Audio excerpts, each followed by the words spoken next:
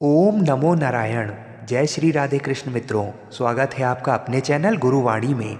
माघ मास के कृष्ण पक्ष की अमावस्या को मौनी अमावस्या कहते हैं। वर्ष 2023 में मौनी अमावस्या 21 जनवरी दिन शनिवार को पड़ रही है।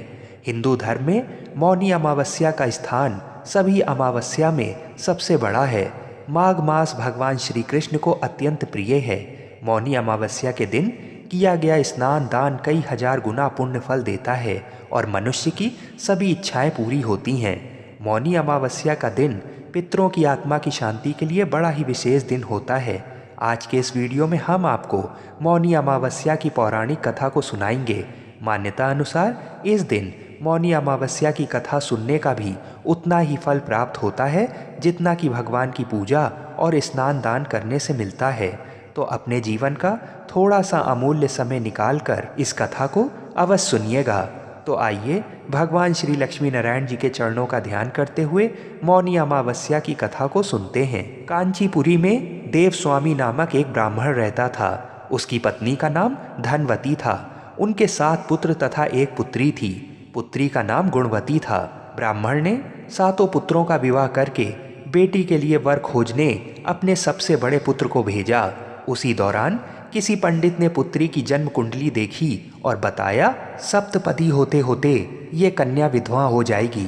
तब उस ब्राह्मण ने पंडित से पूछा, पुत्री के इस वैधव्य दोष का निवारण कैसे होगा? तब पंडित जी ने बताया, सोमा का पूजन करने से वैधव्य दोष दूर होगा। फिर सोमा का परिचय देते हुए उसने बताया वह एक धोबिन है। उसका निवास स्थान सिंघल द्वीप है। उसे जैसे तैसे प्रसन्न करो और गुणवती के विवाह से पूर्व उसे यहाँ बुला लो। तब देवस्वामी का सबसे छोटा लड़का बहन को अपने साथ लेकर सिंघल द्वीप जाने के लिए सागर तट पर चला गया। सागर पार करने की चिंता में दोनों एक वृक्ष की छाया में बैठ गए। उस पेड़ पर एक घोंसले में गिद्ध का परिवार रहता था। उस समय घोंसले में सिर्फ गिद्ध के बच्चे थे। गिद्ध के बच्चे भाई बहन के क्रियाकलापों को देख रहे थे। सायंकाल के समय उन गिद्ध के बच्चों की माँ आई तो उन्होंने भोजन नहीं किया। वे माँ से बोले, नीचे 2 प्राणी सुबह से भूखे प्यासे बैठे हैं। जब तक वे कुछ नहीं खा लेते तब तक हम भी कुछ नहीं खाएंगे। तब दया और ममता के वशीभूत गिद्ध माता उनके पास आईं और बोली, मैंने आपकी इच्छाओं को जान लिया है। इस वन में जो भी फल फूल कंद मूल मिलेगा मैं लेके आती हूँ। आप भोजन कर लीजिए।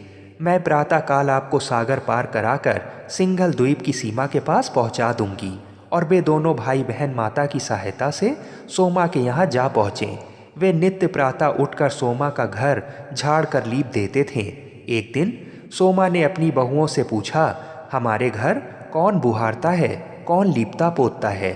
सबने कहा, हमारे सिवाय और कौन बाहर से इस काम को करने आएगा? किंतु सोमा को उनकी बातों पर विश्वास नहीं हुआ। एक दिन उसने रहस्य जानना चाहा।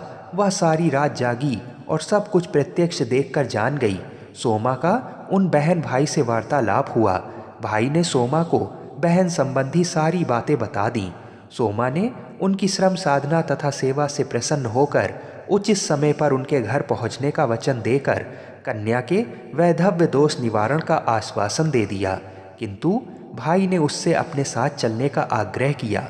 आग्रह करने पर सोमा उनके साथ चल दी। चलते समय सोमा ने बहुओं से कहा, मेरी अनुपस्थिति में यदि किसी का देहांत हो जाए तो उसके शरीर को नष्ट मत करना, मेरा इंतज़ार अवश्य करना। और फिर सोमा भाई बहन के साथ कांचीपुरी पहुंच गई।